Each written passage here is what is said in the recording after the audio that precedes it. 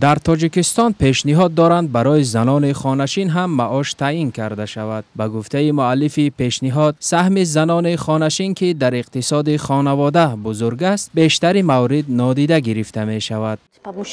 خوب میشد اگر مردان برای زنهایشان ماهانه تعیین و مبلغ پرداخت میکردند تا زنها هم صاحب پول میشدند و خود را یک سرباری فکر نمیکردند.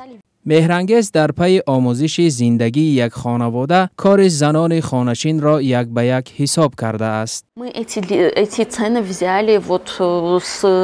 ما این نرخ ها را از خدمت رسانی های عادی گرفتیم. مثلا کار تمیزکار، پرستار و آشپز.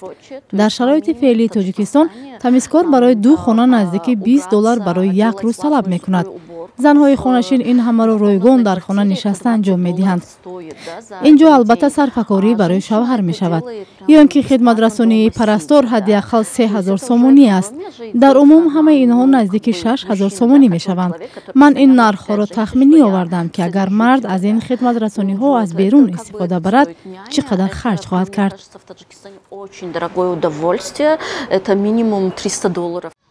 پرسش سر راهی رادیوی آزادی نشان داد که اکثر مردان به این پیشنهاد چندان راضی نیستند. مردک حاضر در شرایط حاضر همون قبول کار می‌کنه که همون خودجگیش مثال 100% نه ممکن 50-60% 70% تامین کنه. همین قبل با اولیگ اگجو پیدا میشه که همون خورد و خوراک و لباس مثال چیز در خونه لازمه تامینش کرد با اولیگ اگجو پیدا میشه. مردک هست کار میکنه خود $600 نمیوه اگجو میوه.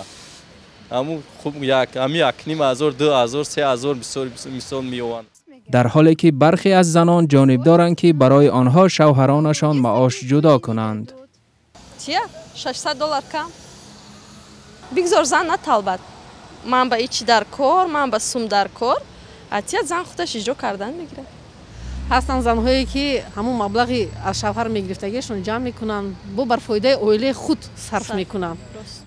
به نظر جامعه شناس خاصیت کامل و در عائله هایی که زنان تأمین و حقوقهایشان پوره رعایت نمی شود، طلب ماهانه از شوهر برای کارهای خانه عادلانه خواهد بود.